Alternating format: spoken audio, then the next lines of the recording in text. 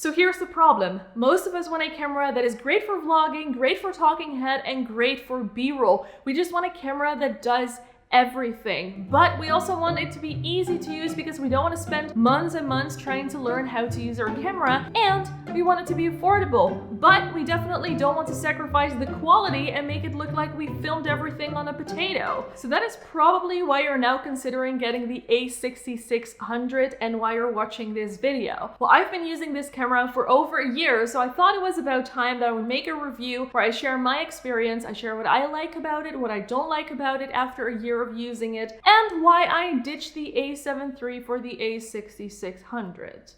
It's true. So let's first start with addressing the bomb that I just dropped, and that is that I'm not using my A7 III as much, and I'm actually using my A6600 way more. Now I want to get one thing clear, it's a fantastic camera and I still use it for my talking headshots. Like right now I am using that camera, but I think it's a fantastic camera if you are behind the camera a lot. If you're in front of the camera a lot like me, then it is just a pain in the peach. The main reason why it's a pain in the peach is because it doesn't have a flippy screen. So right now I cannot see if I'm well exposed, what's going on in the frame, if I'm even in focus. I really need to trust the camera. And I also wanted to do a lot of vlogging, which is something that I have concluded I can definitely not do with the A7 III because I don't have a flippy screen, but it's also just too big and too heavy. So that is why I started looking for another camera. And I think it's important to note that I started looking for another camera in the Sony ecosystem because I was already in the Sony ecosystem. If you aren't in the Sony ecosystem yet, there's other options that you can be looking at, but this was definitely a factor for me. And that is how I ended up looking at the A6400 and the A6600. So the reasons why I got the A6600, besides it being a Sony camera, is first of all the flippy screen. That was really important for me, but also the size was really important, and it was important for me that the autofocus was great and it had eye autofocus. Also the battery was really important to me. The fact that it had IBIS, I just really wanted the videos to look good. So these were all the reasons why I got the A6600 and the expectations I had of this camera. So now, 1 year later, how do I like it? Can you in fact use it for B-roll and vlogs and talking headshots? And is it good value for money? So let's first talk about the exterior because this was pretty important to me. I wanted something light and I wanted something small. And this camera is light, it's small, and it has a really big grip, which is nice because it feels very secure when I'm holding the camera. I'm not afraid that it slips out of my hand. Now, I love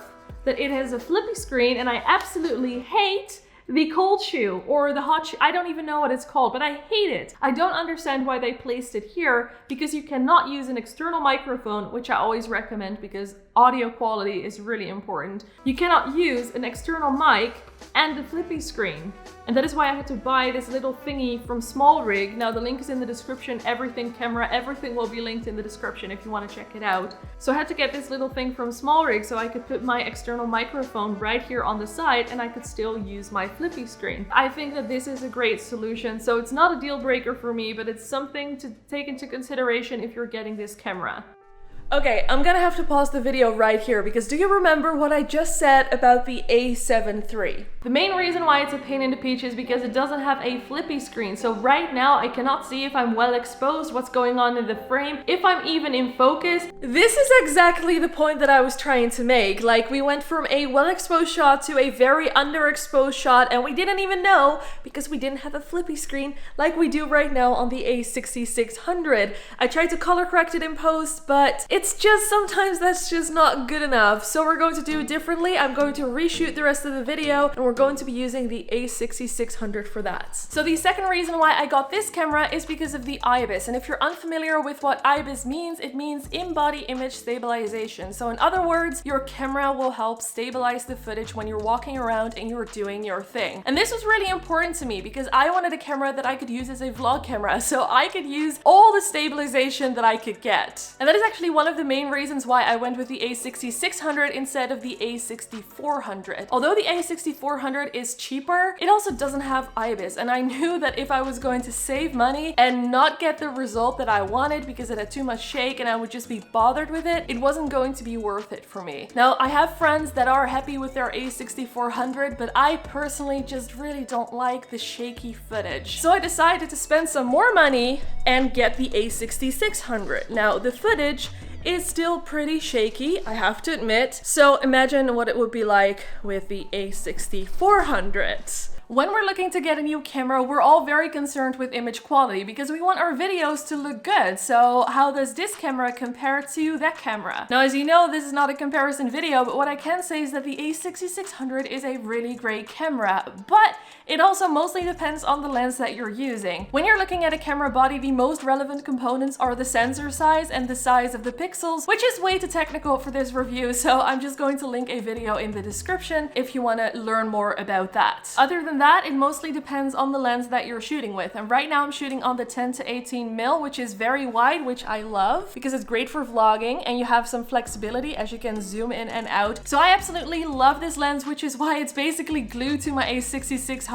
But if you want to shoot more B-roll and you want that very blurry background, then I would recommend to go for another lens, because this lens has an aperture of f4 and I would really recommend to go down to f1.2, f1.4, f1.8, something in that range, because then you'll get a very nice smooth blurry background. But honestly, this combination of the 10 to 18 with the A6600, I would definitely recommend it. Regarding image quality, there is one more thing that I want to talk about, and that is the color straight out of camera. I always color grade all of my videos, so it's not a big deal for me, but this is what it looks like straight out of camera. And here are some other shots that I filmed in a neutral color profile. I didn't touch them at all. This is straight out of camera, so you can take a look and see if you like these videos for yourself in case you don't want to do any color grading. I'm going to be really honest with you. I am not particularly a fan of the Sony Colours. And when I say Sony Colours, I mean that greenish vibe or tint or tone. I don't know what's going on, but there's something green going on in all my videos and I don't like it. I always edit it out in post because I just don't like it. I don't know what it is, and I've heard it before that the Sony colors are actually more accurate than the Canon colors, for example, but I just don't like that greenish look that my videos have. However, I always color grade my videos anyway, so it's not really a big deal for me. It's definitely not a deal breaker for me, but I would like to see that greenish look go away. But obviously, you for yourself have to make up your mind if you like the colors that come straight out of the camera or not, and I would also like to know what you think, so let me know in the comments if you are team Sony Colours or not. Like I said earlier, if you're very concerned with how good your video looks, you really want to get a nice and sharp lens and you don't really need to look too much at the camera body. But when it comes to the camera body, you definitely want to look at the features that it offers, because you do not get those features with your lens. So I got this camera because it shoots in 4K, it shoots up to 120 frames per second, which is slow motion, and in Europe it's 100 frames per second, and it offers color profiles. I definitely chose the A6600 because of some more advanced features that it offers, such as picture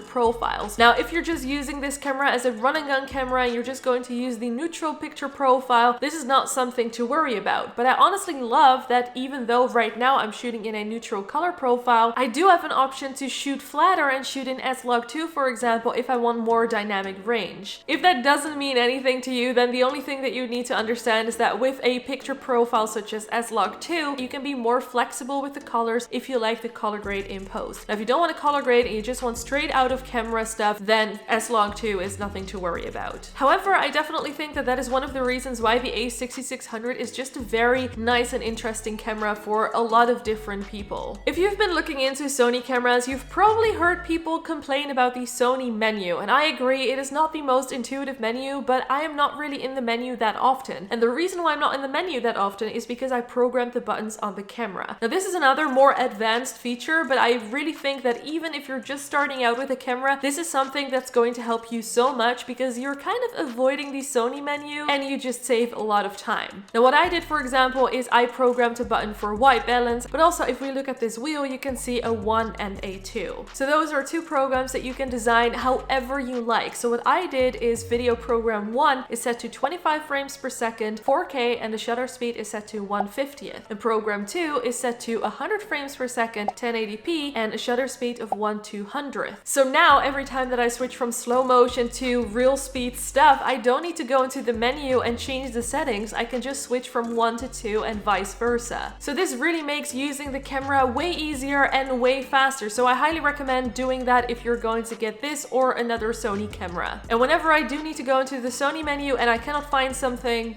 I just Google it. Let's talk about autofocus, because autofocus is really important to me. And I know that not everyone agrees with it, because a lot of people, they set their focus manually. but not me. I completely rely on autofocus, especially when it comes to a vlogging camera. I wanted to use it as a run and gun camera. I want to trust the camera that whatever is happening, I'm in focus. And this camera, I completely 100% trust. I've never had any focusing issues, and dare I say that the autofocus on this camera is better than on the A7 III? Yes.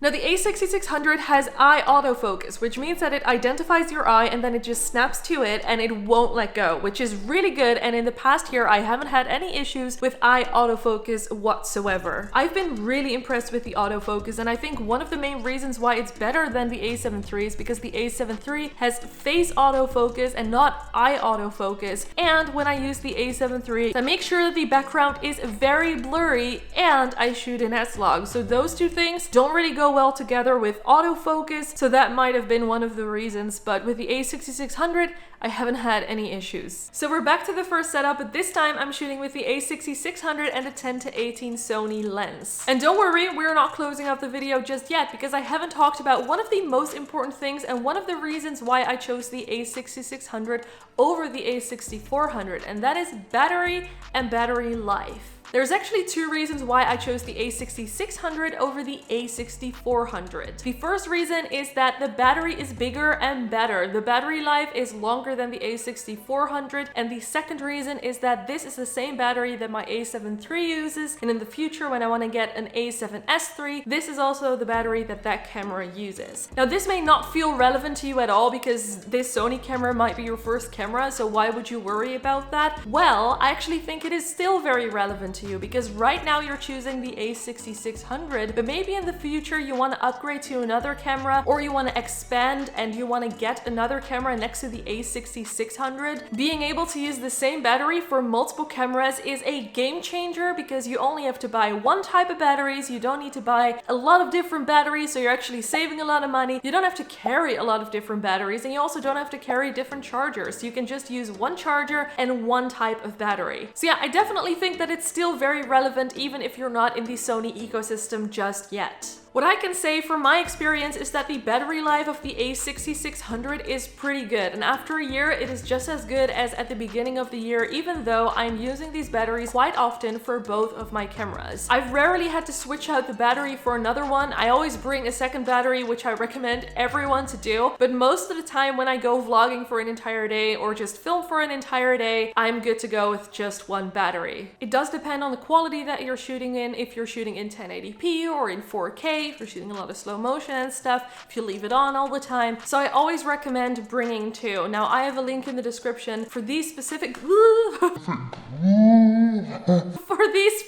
batteries and a very cheap charger that I use where you can charge two batteries at the same time.